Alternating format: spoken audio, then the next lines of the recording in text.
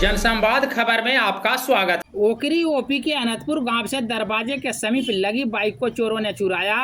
पीड़ित मालिक पहुंचा थाना।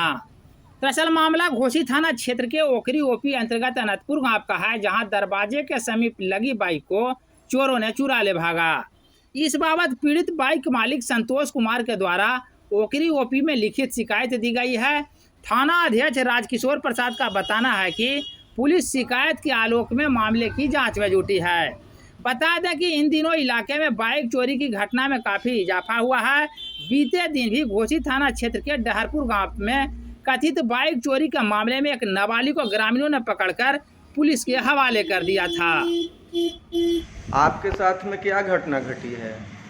बाइक का जो चोरी हो गया, जो विशाल होंडा है DRO 01CG 9821 कहाँ से चोरी हुआ है? भैंस के आगे लगाए थे। रोज जैसे लगाते थे वैसे आज भी लगाए, रात भी लगाए थे भी। अच्छा, तो इसका सूचना आपने थाना को दिया है? हाँ दिया, आवेदन दिया है। क्या बोले हैं थाना पर? बोले हैं कि छानबीन करेंगे। आपका नाम? संतोष कुमार, घर? अनंतपुर। ठीक।